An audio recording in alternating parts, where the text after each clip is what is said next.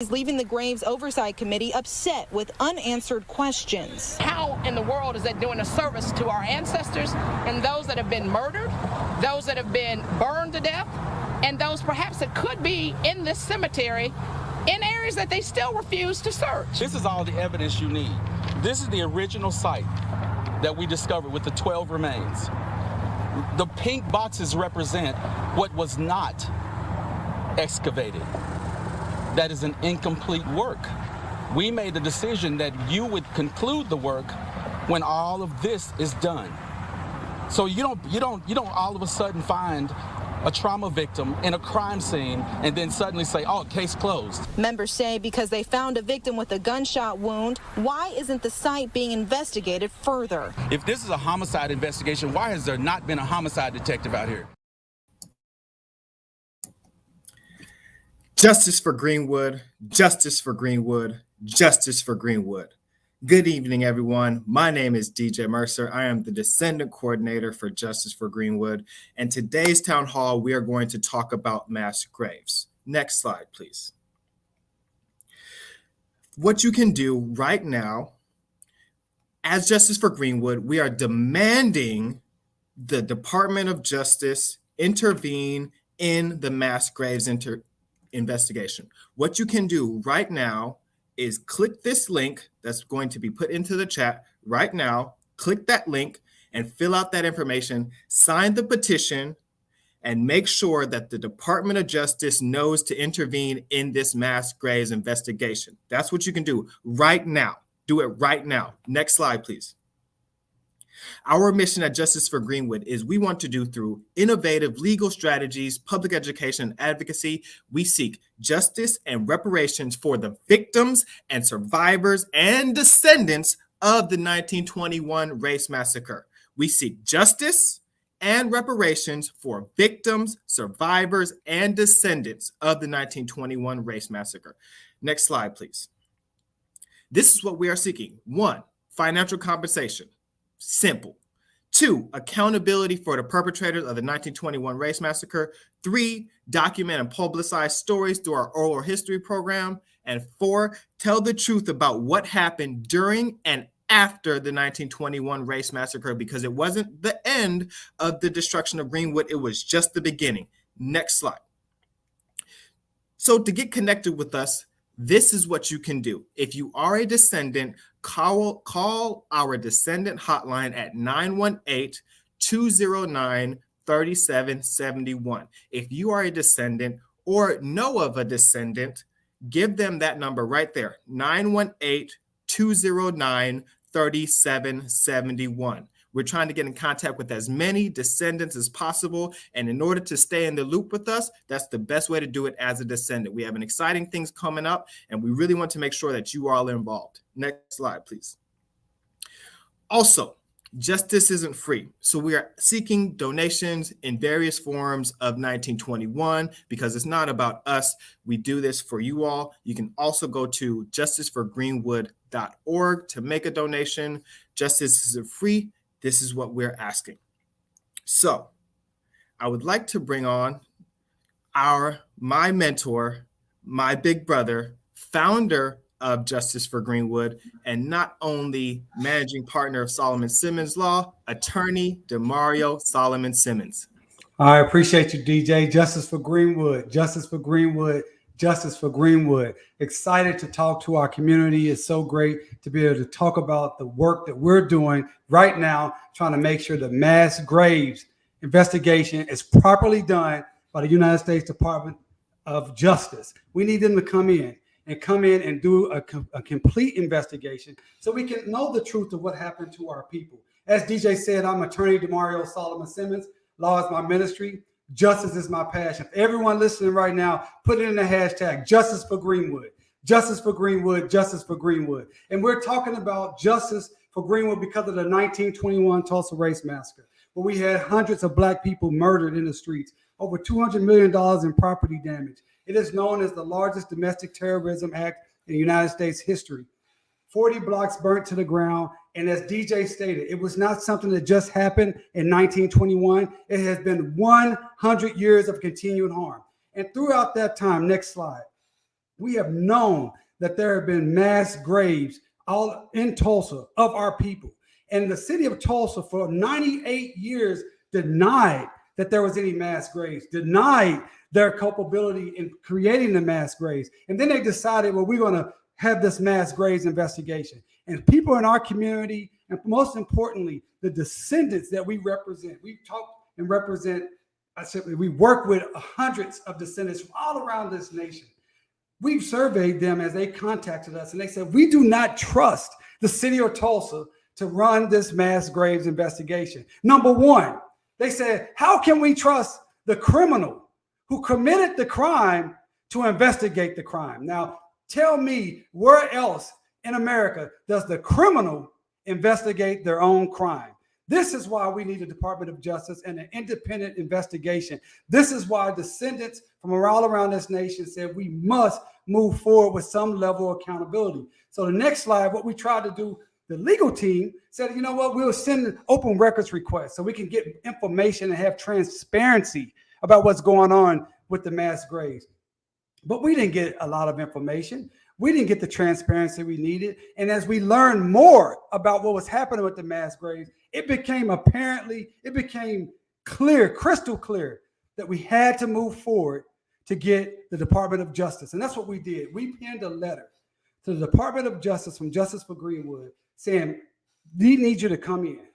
You know, President Biden came to Tulsa during the centennial, and he stated that this was the epicenter of racial equity. And if we cannot start now making sure that those individuals, those mothers, those fathers, those brothers, those store owners, those known and unknown who were killed, burnt, destroyed, lynched, shot, raped, buried without any markings, if we can't start right now with finding and getting them justice, how can we get justice anywhere else in this nation? And that's why we call for the Department of Justice. That's why we are excited that we're able to stand with our survivors, our three powerful living survivors, 107-year-old Mother Viola Fletcher with the glasses, 106-year-old Mother Leslie Benefield Randall right in the middle, and to the right, our brother, our Uncle Red, 100-year-old plus 100-year-old Hughes Van Ellis, who we call Uncle Red.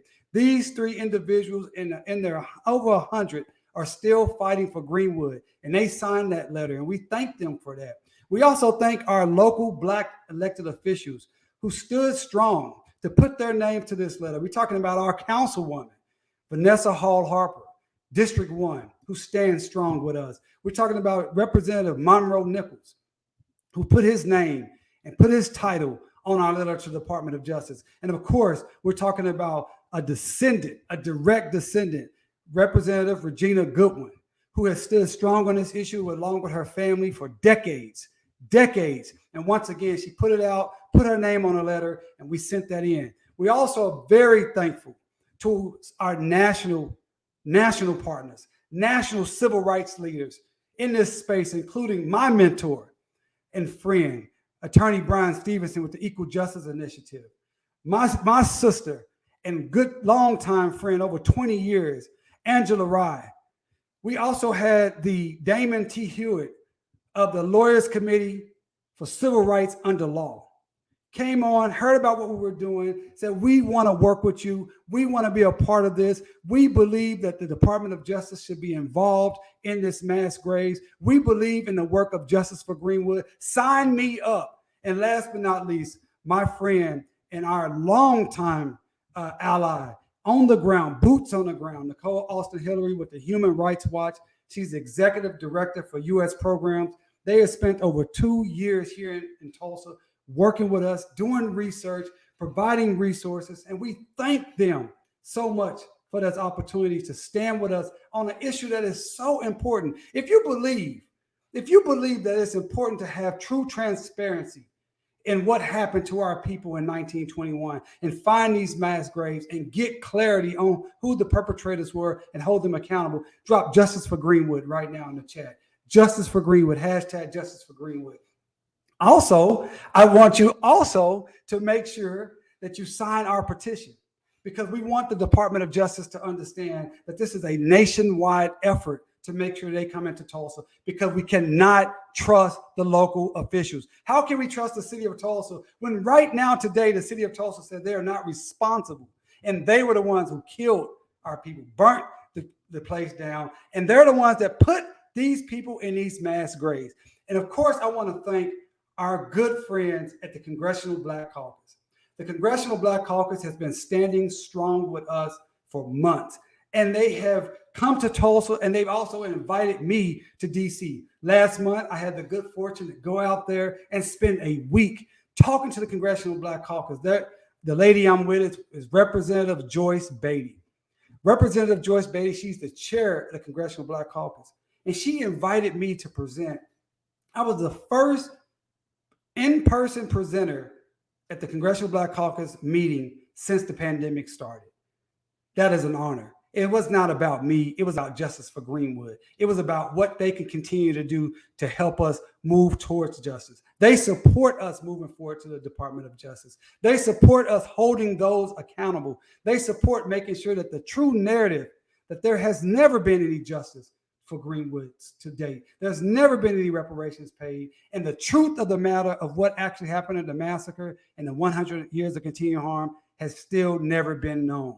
And so as we move through these slides, I Representative Hank Johnson, Representative Sheila Jackson Lee, Representative Brenda Lawrence, they spent time with me, had me walk the halls of Congress with them, come into their office, and you see we had our mask on. It was a very, very powerful visit.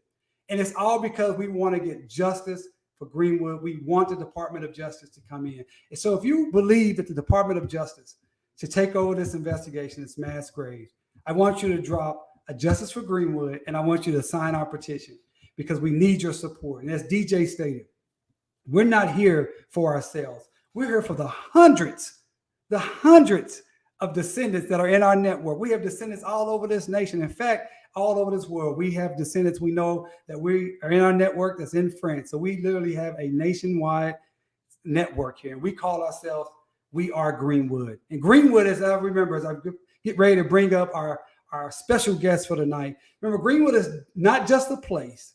It's important. Greenwood, Tulsa is important, but Greenwood is also a mind state.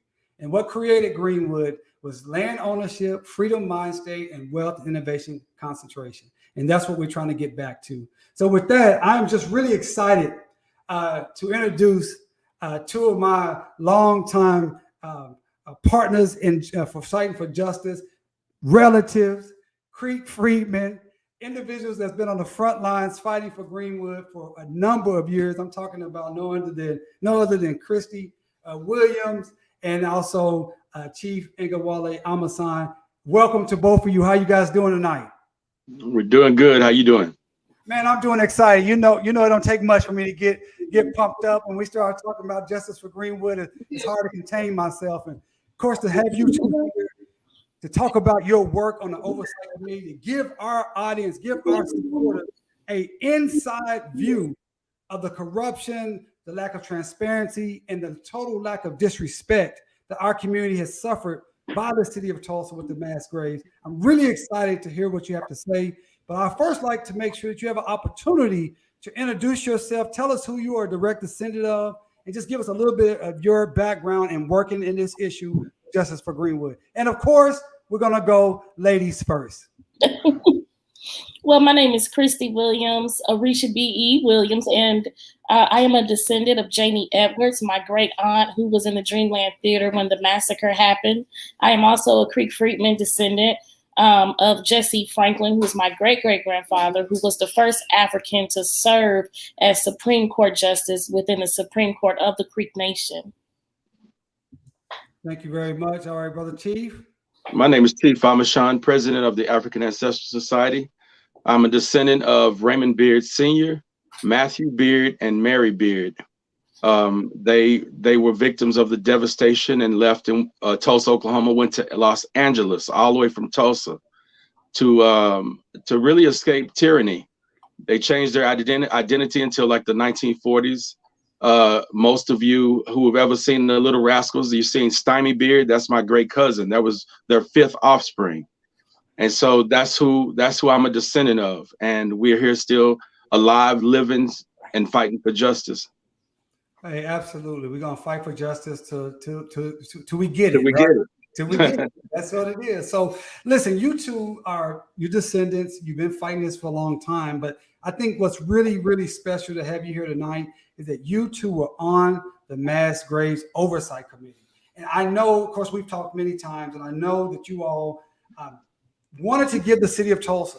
It's many times that they've disappointed us. It's many times that they have not been transparent. They've not done the right thing. They've destroyed Greenwood. You still believed enough to give your time to go and actually sit on that oversight committee. So just tell us a little bit about that process, what the oversight committee was, how it was founded, and what the work was supposed to be. Okay, Christy, go ahead. Well, it wasn't so much that I believed that the city would do the right thing. It was because I understood that we stood on the shoulders of Don Ross, our former state representative, who actually started this whole investigation actually a long time ago. And I know how much it meant to survivor Otis T. Clark. And so this thinking of what they wanted, and then also with our city councilor, Vanessa Hall Harper, who asked us to serve on this committee to do oversight. We wouldn't even have an oversight if it wasn't for her, because she didn't trust us. She said, okay, this is great, but we need to have an oversight committee. And she picked us because she knew that we would not be silent. And we knew it was very important for us to be there. For this reason, we're here right now, because think about what would have happened had we not been there. So it was important for us to be there to oversee what has transpired through this investigation. Yeah, I mean, let's just face it. This is a crime. We're talking about criminal activity, right? My grandfather was part of the 2003 lawsuit when we filed for justice and reparations with, our late Charles Ogletree, Professor Ogletree, and Johnny Cochran, and all the other members who participated in this fight. This is a matter of life and death. It's a matter of truth and lie. It's a matter of historic justice, reparatory justice, everything, every form of justice, even historic justice. And I want to read something, and I want you to try to imagine our police chief saying these exact words, our Black police chief. And these are the words of the mayor, but I just want you to try to imagine these coming from a Black voice. Mayor Bynum said, if you get murdered in Tulsa, we have a basic compact with you that we will do everything we can do to find out what happened to you and render justice for your family. And our homicide department has among the best record in the nation doing. And in my mind, and I think in this policy, these policymakers of this city, in their minds, it doesn't matter if you were murdered 2 weeks ago or 98 years ago. No family in this community should have had to have as part of their family story such an awful event happen and their family member disappeared and they never knew what happened to them. That's not acceptable. That's where we are. Mm-hmm. It's not acceptable. The problem is, what's problematic about this is, as a member of the Oversight Committee, we have not seen one homicide investigator on the ground. We haven't seen one homicide report given or taken. Mm-hmm. None of these things have been issued. When you hear a statement like that, you're saying we have a compact, right? We have a responsibility to do what's right by these African ancestors, these enslaved freedmen, these people whose blood, sweat, and tears fertilized the grounds of Tulsa, Oklahoma. You're saying I'm going to bring the remedy of justice. And like we said in our very first meeting, how can the entity that is culpable for this event investigate itself and prosecute itself? Well, we did from day one. You just said something so profound that the Mayor Bynum is quoted on video, as you just read the quote, saying this was a homicide investigation. So I wanted to be clear. Was that your understanding as you were getting on the Public Oversight Committee, that this was going to be the start of a homicide investigation? His exact words are, we are treating this as a homicide investigation, right? This is not up to translation. Right. That's very literal. And you don't make a statement like that without legal. That's right. So my question, I think the question that descendants from around the world want to know, you guys sat on the inside of those meetings. Was this ever treated like a homicide investigation?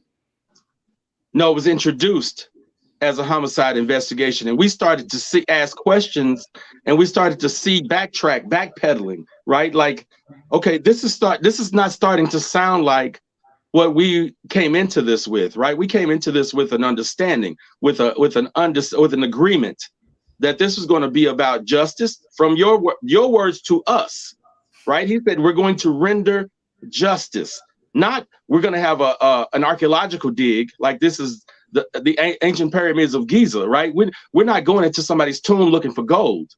We're going into these tombs looking for justice, right? Right. Absolutely. So. And I know these things, but I know our descendants are wanting to know, and people that are listening from around the nation, you guys were bringing these issues to the forefront on the committee saying, look, where is the homicide investigation? Where is the detectives, correct? Absolutely. Yeah. We were seeing the absence of it, right? And we started to see, we became more of an oversight, aftersight committee than an oversight committee, because the city started to give us an agenda, right? Like, we're going to dictate what the agenda is going to be for every meeting that comes up. So we started to question, we began to question everything from that point forward. Mm-hmm. It was like, why are we being told what we have to do when you're not doing what you're supposed to do? How are you going to rush us to do a reinterment, and you haven't even planned where you're going to put the remains that we're going to find? And that's primarily because they really didn't expect to find anything. Well, I'm glad, and we're going to get to reinterment, but you just said something. We're looking at a picture here of, obviously you guys did find some bodies, right? And we both know, all three of us know that for almost 100 years, they denied any bodies were in a mass grave, right? And they never expected to find any bodies. But I would like to, before we even talk about what you found and describe that and how that felt, Christy, Chief said you guys became basically an afterthought committee, not an oversight committee, an aftersight committee. How did other descendants and Black community members who were on there for the right reasons, how did that feel to be marginalized by the city as you were trying to make sure they were doing the right thing? You know, it was it was typical with dealing with the city of Tulsa, but it was very frustrating because, as Chief said, they started to give us an agenda instead of it being an actual oversight meeting. And one of the things that we decided to do was to have these meetings publicly. We had no backdoor meetings. It was public meetings. So we wanted the community to find out information as we found out. That was really important for us to do that. But they really tried to control what that information was with those agendas. And we would push back and ask these questions, as Chief stated, but we would always get the runaround. Even our city councilor, Vanessa Hall Harper, would question and push, and we would still get the runaround. So we're used to dealing with the way how the city deals, with things. But this is one thing where we said, you know what, enough is enough.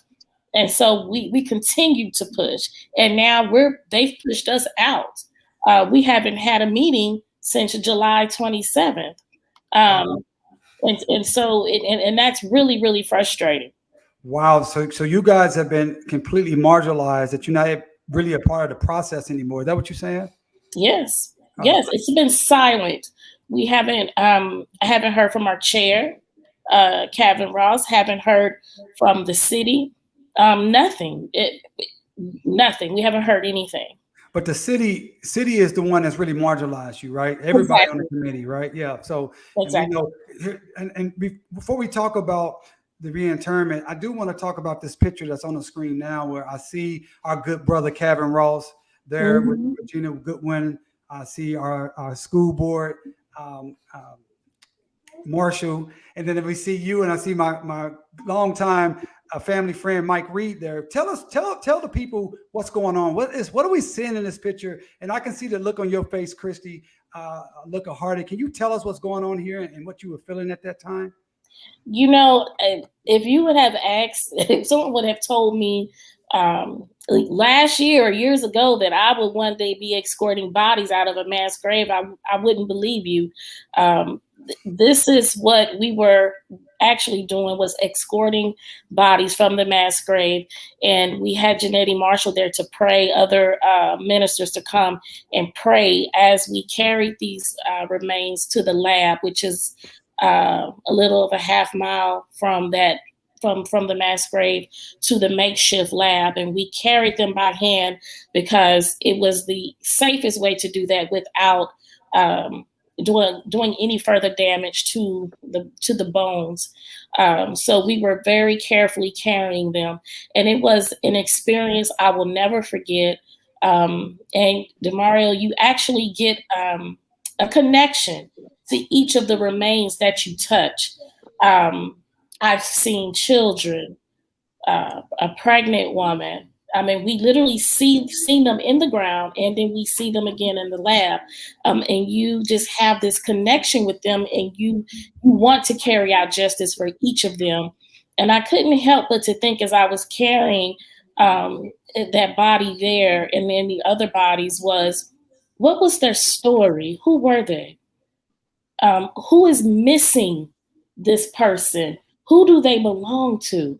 And it just stays in your mind, and you go to bed with that. It is still on my heart. It gets me choked up just talking about it, just seeing the photo. But that weighs heavily on myself, and I know I can speak for Chief when I say that. It weighs heavily because you just want to make sure that you're doing the right thing by them, and we have not stopped that. And Chief, I want to come at you, but I want to tell you that it weighs heavily. Just, of course, I've seen this picture before, but just to hear you talk about it, because it really makes people understand this is not about hashtags. This is not about slogans. This is not about museum visits. These were people. These were mothers and fathers and daughters and store owners and living, breathing people that were killed, murdered, and then placed in the ground by the city forever. No one ever knew what, like you said, what happened to him. As you mentioned, Otis Clark, the individual that I got to spend a lot of time with myself, he talks about how he never saw his stepfather again. They don't know what happened to him. They just never saw him again. That could literally be Otis Clark's stepfather that you guys are carrying right here. Of the bodies that Mother Randall and Mother Fletcher said they saw in the street as they were running as little girls. That could be one of those bodies. Exactly. Right? And that's why this is so important. But Chief, Christy talked about some of the individuals that y'all saw, mothers and children. Can you tell us a little bit more about who you found, and the position they were in, and trauma to their body, so we can get an understanding of, are these really massacre victims? Yeah. What's interesting leading into every question you just asked is, as a member of the African Ancestral Society, one of the things we know to do is to communicate with the bones, right? We call them egungun, the bones. And that person that we found who had been shot up, I remember walking into that lab, and me and Christy and some other people, we laid those remains on that table, that box on that table, and I prayed, and I talked to that spirit, and I said, tell us your story. Tell us why you are here, right? And the next thing I know, we getting a report that this man was shot. This man was murdered. This is the man that was buried next to 6 infants, right? Like, how do you rectify that in your mind? How do you adjust that story? How do you deal with that story in your mind? Like, what is it? I'm saying, tell me your story. Tell me how you got laid next to 6 infants and who those 6 infants are. You asked me to talk about who these people are, how they were buried. These people could very well be the same people who never left Frissell Hospital, right? Frissell Hospital, the only Black hospital in the district, burned down, and nobody has ever discussed what happened to the victims, what happened to the maternity ward, what happened to the women that couldn't move quickly, that was pregnant, and the elders in the hospital. What happened to that man that we found whose body was so large that they had to contort his body just to fit him in a box for convenience? right? Like you couldn't do something extra to support this man's the size of this man and give him some respect. And you got remains that are turned in a disoriented fashion, right? So that image that you see on your screen, you're looking at a mass grave site. A mass grave site that for 98 years they denied existed, correct? That's right. That is absolutely correct. And just so people understand from around the nation that this mass grave site this is only one of the sites that our people said had mass graves. But this particular site, who owns this particular cemetery? The city of Tulsa owns this cemetery. So the city of Tulsa, they allowed a mass grave to be placed inside of Oakland Cemetery in 1921, and they recreated a new mass grave in 2021, because 14 of those remains inside that trench you're looking at were never even touched. They were covered back up. That's the creation of a mass grave. Mm-hmm. It's not just the cover up, it's the creation of a mass grave inside of a city-owned cemetery. So let's talk about that. Let's make sure we unpack that to make sure we understand exactly what you're saying. That this mass grave that was denied for almost 100 years was found. The community, the Black community, the descendants, they didn't get an opportunity. We didn't get an opportunity to receive these bodies, properly mourn, properly ceremony, give them a proper ceremony, and bury them in a place that's more befitting. They were put right back in the same pit, basically, that they had been laying in for 100 years. Is that what you're saying? I'm saying inside of that narrative, everybody really just channel this, right? Listen to what I'm saying. You have that large area that you're looking at on your screen. Most of those open spaces are the spaces that have been removed.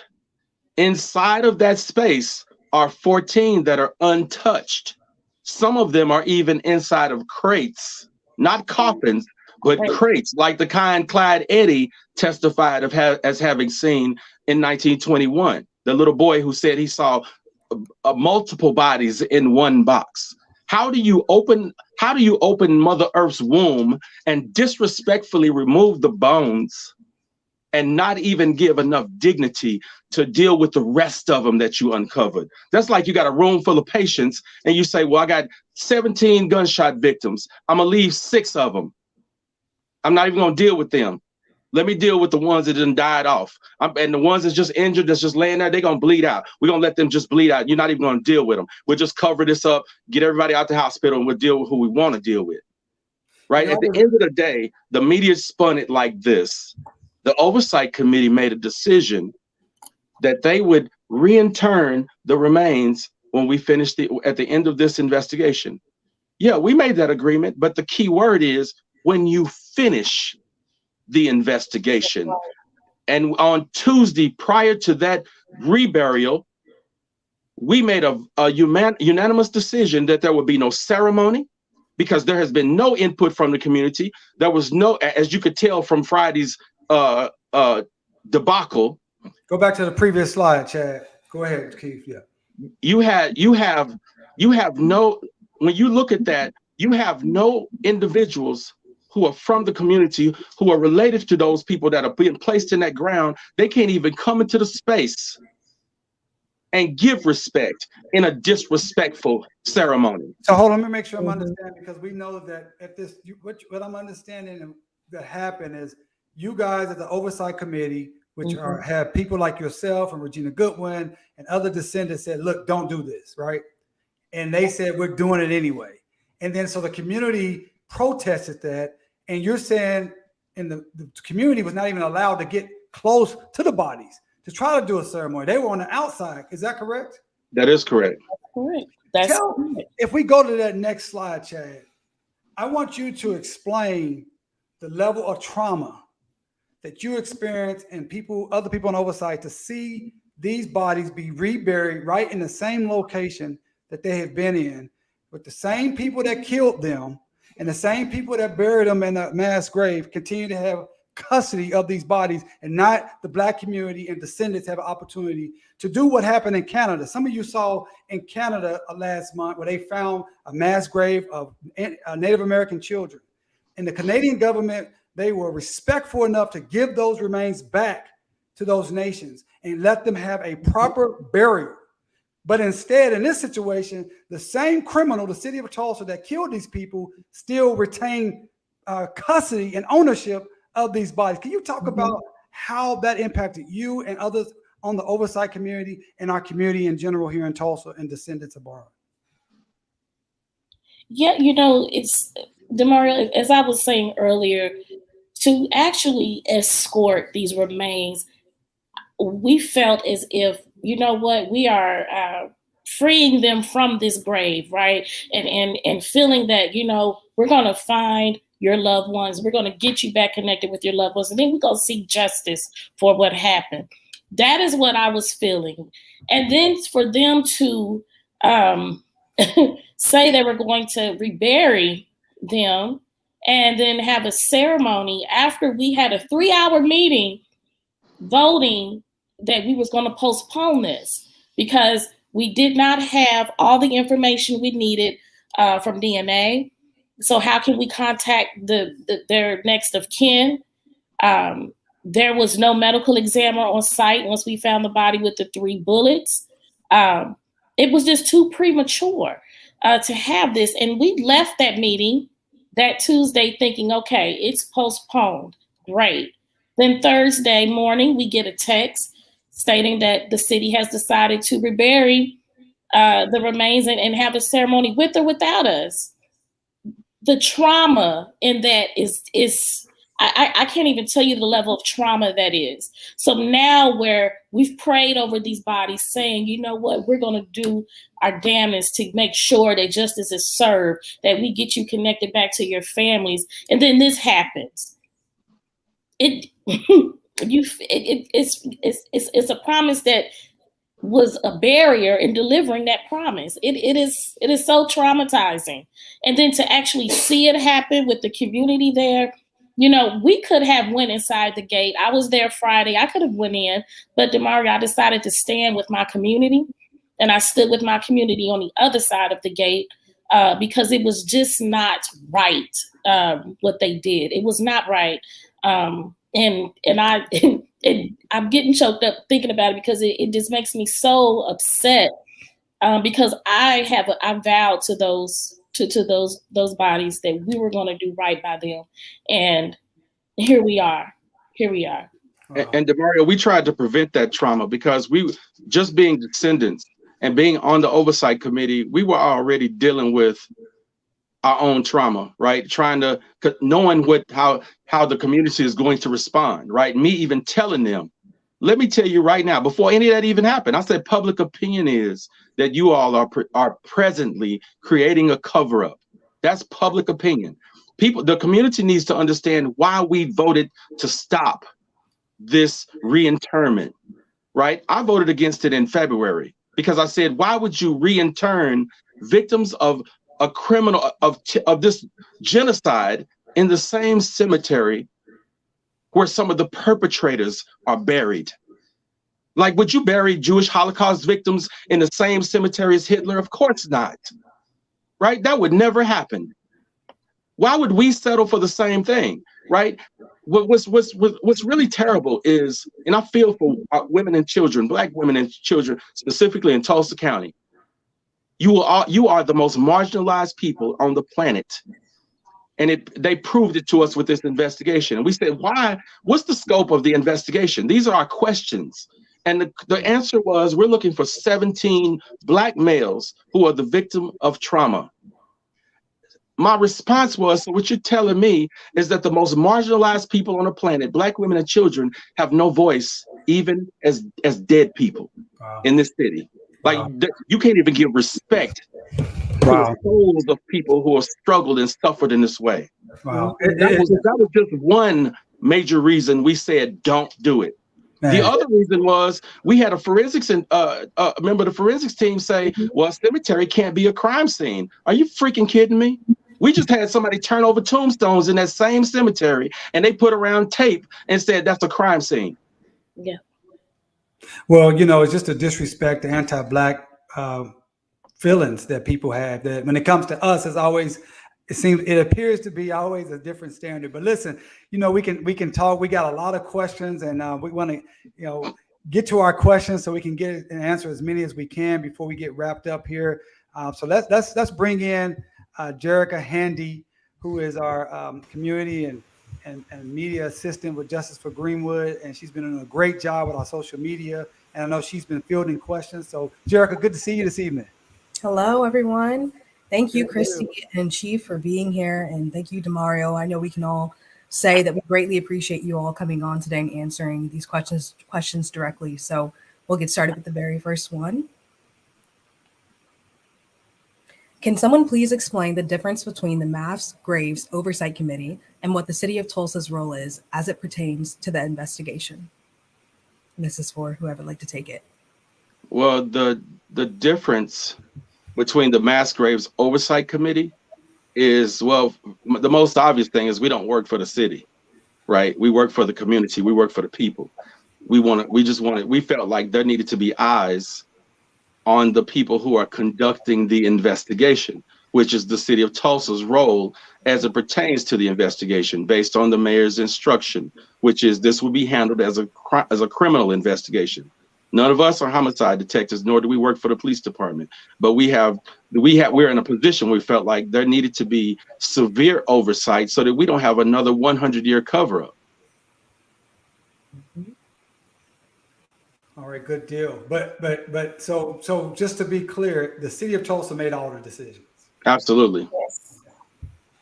And so, is that one of the reasons why you decided to sign on? Because both of you signed our letter to the Department of Justice asking them to come in and take over the mass graves. Is it because you saw firsthand that the city could not be trusted, would not do the right thing? Yeah, we saw it firsthand. There's not even responsibility for the decision that's been made.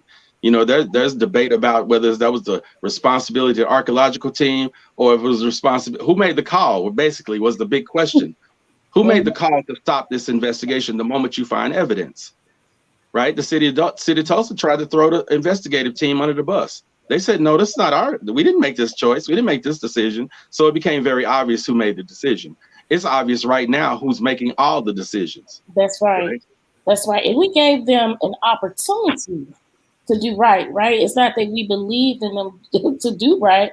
We gave them an opportunity to do right. And they did not. And so we had no choice but to sign this letter. And especially because of the promise that we made to those poor souls in that ground. And so that's why we signed that letter, because there's just some things that we just have to go this route. We can protest, we can write letters all day long, but at some point the law has to be involved. And this is how we do it. And this is exactly why we had to do this. Absolutely. I think it's crystal clear that those safeguards are not in place for them to conduct a meaningful and objective investigation. So thank you for being involved. Next question we have is, why was a private ceremony held for reinterment of exhumed bodies without consent from the community? Why did this take place? What happened?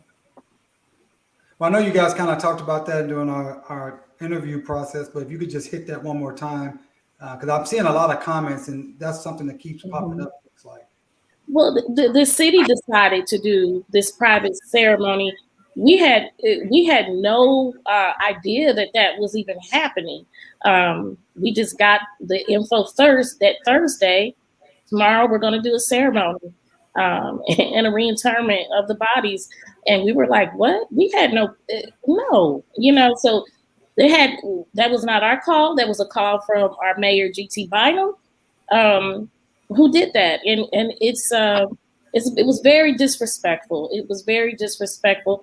And we want the community to be involved, which is why we said we want all of our meetings to be public, and we want to find out information with the community as it comes. That was very important to us. And we did want the community to be involved in a ceremony when the investigation was completed, not, this thing that they did, but this was the city's call. And if I had to give my opinion right now, they did that to cover up their own mess.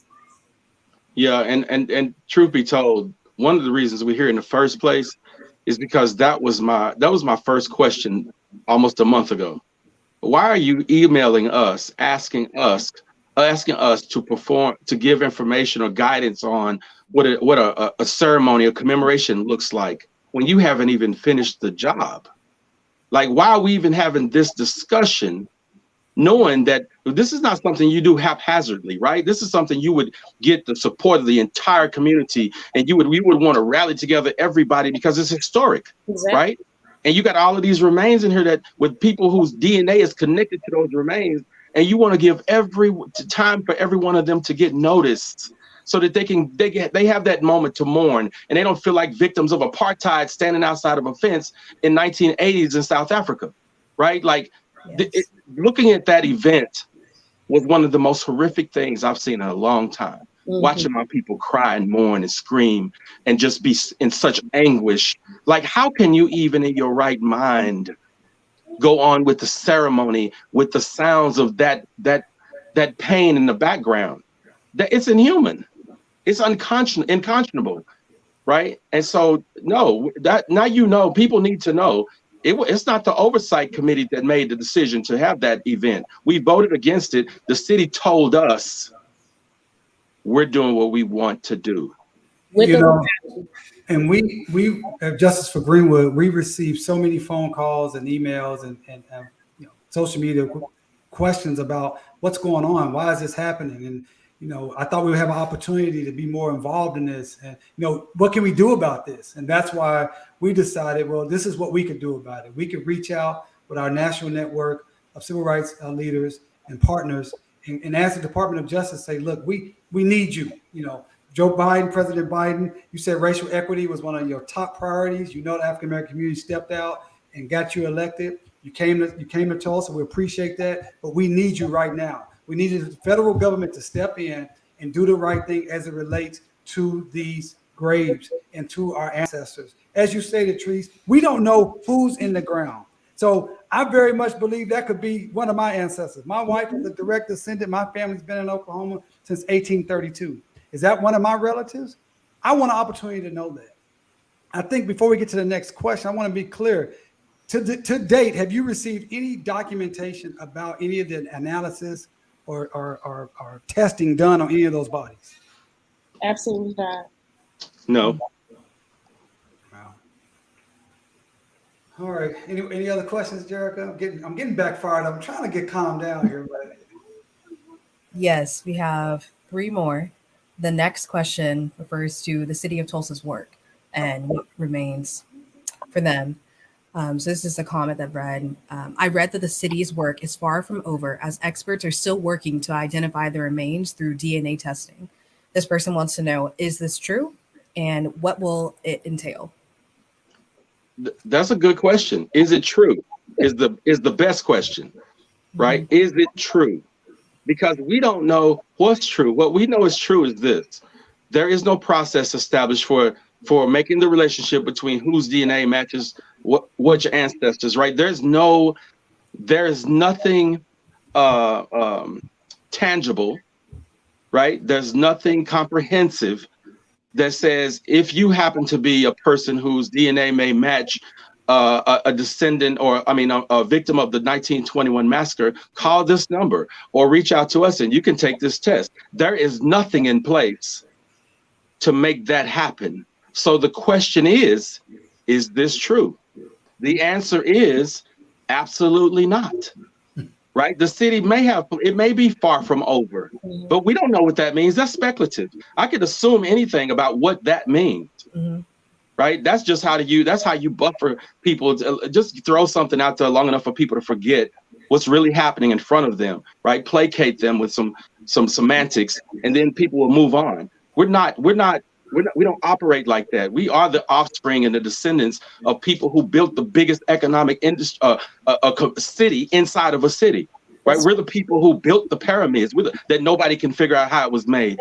People are treating us as if we've lost all forms of intelligence, when in fact, if it were not for us being on this oversight committee, operating through intelligence, this would be none of this would even be known about. It would be the greatest cover-up in history since 1921. Wow. We thank you so much for your service for that and giving us this opportunity to tell the truth, let the world know what was going on so we can try to get true transparency and get justice. I think you said we had 2 more questions, Jerica, as our time is getting kind of short. Yes. Next question. Will the legal team assist believed to be descendants with historical research locating past family and business records, including locations, names, financials, personal land, and other documents? Sure. That's a great question. That's really not a question that's really not a legal team function. That's really a core function of Justice for Greenwood. That is why we exist. We exist to help make sure that descendants get truth, justice, and reparations. And one of those things that we do, well, let's bring DJ back because he's our descendant coordinator. He was already ready. DJ, why don't you talk about how we're helping people right now, the hundreds of descendants in our network that we're helping doing these things that this question asks about? Yeah, Demar, thanks for that introduction. We have over 500 descendants who have reached out to us. We have a bunch of things that we are doing for descendants, including bottom-up genealogy as well as top-down genealogy. We are creating a database of descendants, talking about who their ancestors are and trying to connect those missing pieces for our descendants who may have missing familial links, and we can sort of start the healing process because it's been 100 years and it's not going to solve everything. Maybe an open wound we can add maybe some antibiotics, we're not going to stitch it up or anything like that, but just start the healing process so that the next 100 years are not as traumatic as Chief and Christy has said for the past 100 years. So those are just a few things that we have done so far. DJ, just real quickly, we only have a few minutes, but just talk about, we have a nationwide volunteer network. And if anybody wants to volunteer with Justice for Greenwood, go to our website, justiceforgreenwood.org. But talk about what our network of volunteers are doing for the hundreds of descendants that are in our network right now as we speak. Just talk a little bit about that and how we are helping people try to find documents that they need if they're trying to figure out if they are indeed a direct descendant. For sure. So those descendants who have reached out to us via our website, our descendant intake form, our hotline, we have a list of volunteers who are dedicated to calling descendants. So if you are on our descendant list and you are receiving a call from a private or blocked number, answer that. And then the volunteer will identify themselves as a Justice for Greenwood volunteer, and they're going to ask you a series of questions. And then a part of those questions is figuring out what you need help with as a descendant. So we as Justice for Greenwood can work through getting those documents for you and helping you find those documents. Yeah, and I want to say DJ's doing a great job as our descendant coordinator, also with our oral historian, Greta Smith-Wisniewski. We have a small but mighty team here at Justice for Greenwood, working with our national partners, working with our national volunteers. So that's why we want you to connect with us, sign our petition, go to our website, sign up to get our newsletter, make a donation. You can make a $5 donation right now, $5 donation to help us make sure we get justice for Greenwood. We get justice for those bones and those ancestors that Chief and Christy was praying over. And actually imagine what you saw that picture and imagine what they're saying. They saw Black people who have been shot. They saw mothers in the ground who were pregnant. They saw little kids who were put in the ground, covered up, and then lied about that they were there for almost 100 years and then put back into the same place. This is not a movie. This is not Watchmen. This is not an HBO special. This is happening right now in Tulsa, Oklahoma, and that's why we need you to galvanize and come together with us to make sure we get justice for Greenwood. I think we have one more question you said, Jerica, before we have to Yes, we have one more question, and it's how can we advocate for justice for Greenwood at a state and federal level to bring about reparations for victims and inform the public at large to gain support? Well, I think I just said it, but I'll say it again. Connect with us at justiceforgreenwood.org.